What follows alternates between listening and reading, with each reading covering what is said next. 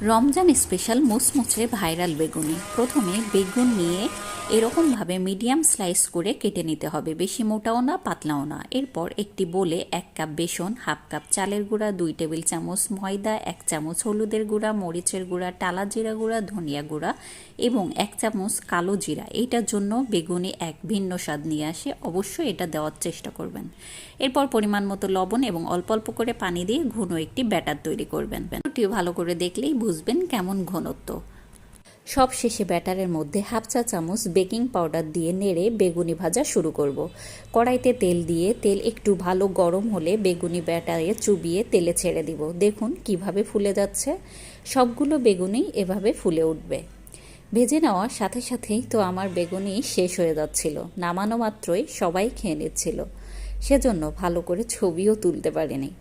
এভাবে বেগুনি বানিয়ে অনেকক্ষণ রাখতে পারবেন, যেমন মুচমুচে থাকবে তেমনই স্বাদ।